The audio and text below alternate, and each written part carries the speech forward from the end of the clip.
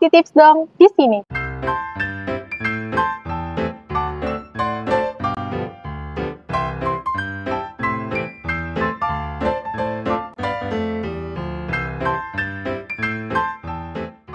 sini kalian pasti pernah merasakan jatuh cinta terhadap orang lain kan?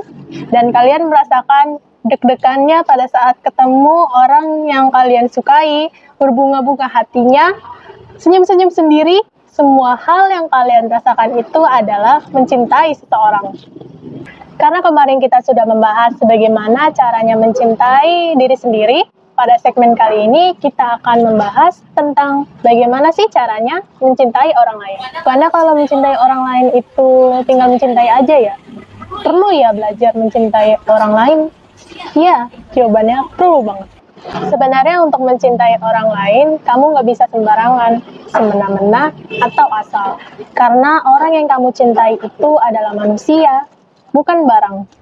Mereka punya perasaan, punya pikiran, punya ego yang bisa tersinggung, dan punya tujuannya sendiri yang tidak bisa kamu atur.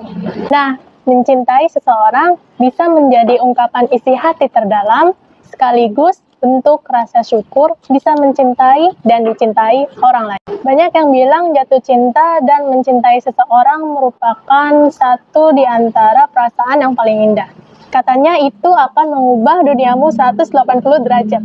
Ada juga yang bilang ketika kamu mencintai orang lain dan orang itu memiliki perasaan yang sama dengan kamu dan membalas mencintai kamu, itu seperti keajaiban dalam hidup. Berkata aku mencintaimu tidaklah cukup, karena ketika mencintai seseorang, kamu perlu menunjukkannya juga melewati tindakan. Semua orang pasti pernah merasakan gagal ketika mencintai. Hal ini biasanya disebabkan karena nggak tahu cara mencintai orang lain. Meskipun sudah berkata cinta berkali-kali, bertutur kata yang baik, nyatanya itu nggak cukup. Jadi, sama seperti sebelumnya, di Tips Dong akan kasih beberapa tips-tips caranya.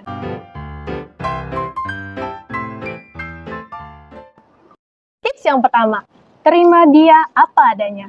Mencintai seseorang artinya kamu menerima segala kekurangan atau kelebihannya. Menerima masa lalunya, menerima dirinya yang sekarang, menerima cara berpikirnya, dan menerima apapun yang menjadi tujuannya. Ingat, itu bukan cinta ketika kamu menginginkan dia menjadi seperti A atau B. Karena kalau begitu, yang kamu cintai itu dia, atau refleksi dari imajinasi kamu sendiri. Ayo belajar, hargai orang yang kamu cintai. Ketika kamu menerima segala kekurangan atau kelebihan orang yang kamu cintai, maka kamu dengan mudah bisa menerima segala bentuk kasih sayang dari orang yang kamu cintai, entah itu dalam bentuk sederhana atau tidak biasa. Tips kedua, hargai kebebasannya. Rasa cinta terkadang mendatangkan sifat posesif yang berlebihan, entah melarang dengan alasan ingin melindungi, tidak ingin orang yang kita cintai merasa kesepian sehingga lupa memberikan ruang dan akhirnya menjadi halangan untuk orang yang kita cintai. Lupa bahwa orang yang kamu cintai itu punya kehidupannya sendiri. Lupa bahwa selain kamu, dia juga punya impian yang harus dia kejar, punya keluarga, teman-teman, sahabatnya, atau bahkan dirinya sendiri yang juga perlu waktu untuk dihabiskan.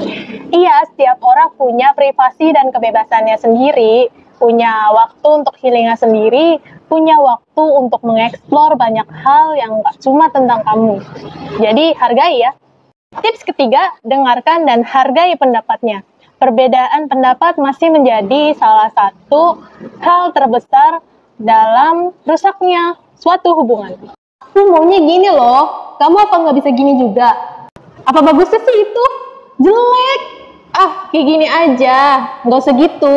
Dan banyak lagi. Penolakan berulang dari pendapat yang dikeluarkan oleh orang yang kamu cintai akan menumbuhkan rasa tidak dihargai, rasa kecil, atau bahkan bisa mematikan rasa percaya dirinya. Tapi meski begitu, bukan berarti kamu nggak bisa memperjuangkan pendapat kamu ya. Hanya saja di beberapa waktu ada hal-hal yang mungkin kamu menganggap itu sepele, padahal itu adalah hal yang sangat besar untuk hidup orang yang kamu cintai. Jadi tetap lihat kondisi dan situasinya ya. Tips yang keempat, jangan membanding-bandingkannya dengan orang lain. Konteksnya sama kayak menghargai, alias tidak membeda-bedakan dan membanding-bandingkannya dengan orang lain. Ingat, yang kamu cintai itu memiliki karakter sendiri, punya pola pikirnya sendiri. Jangan kamu membanding-bandingkannya dengan ayah ibu kamu, adik atau kakakmu, teman kamu, atau siapapun itu. Kenapa ya ibu bapak gue gak bisa ngertiin gue kayak temen gue? Kenapa ya kok dia gak sabaran padahal mantan gue gak gitu? Kenapa sih teman gue si A emosional banget padahal teman-teman yang lain gak gitu kok?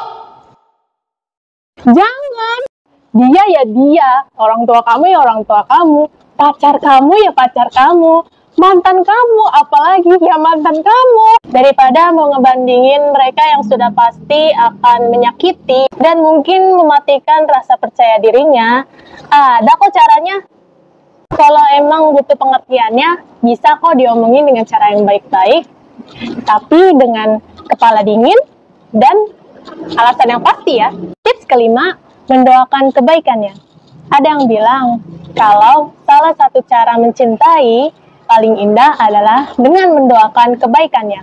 Beri doa terbaik kamu untuk mereka yang kamu cinta setulus hati kamu. Karena ada beberapa hal yang gak bisa digapai oleh tindakan, tapi akan tersampaikan lewat doa yang kamu agungkan. Oke, mungkin itu aja tips dari Titips Dong. Memang dalam mencintai seseorang, kita nggak bisa menyepelekan. Kita juga nggak bisa menutup diri karena tersakiti oleh orang lain di masa lalu, atau semua permasalahan dalam mencintai orang lain. Jadi kita harus belajar lebih lagi. Ada motivasi dari seorang penyanyi, ketika kamu merindukan seseorang, waktu terasa berjalan lebih lambat. Dan ketika kamu jatuh cinta dengan seseorang, waktu terasa berjalan lebih cepat. Oh iya, untuk segmen selanjutnya kita bakal open request.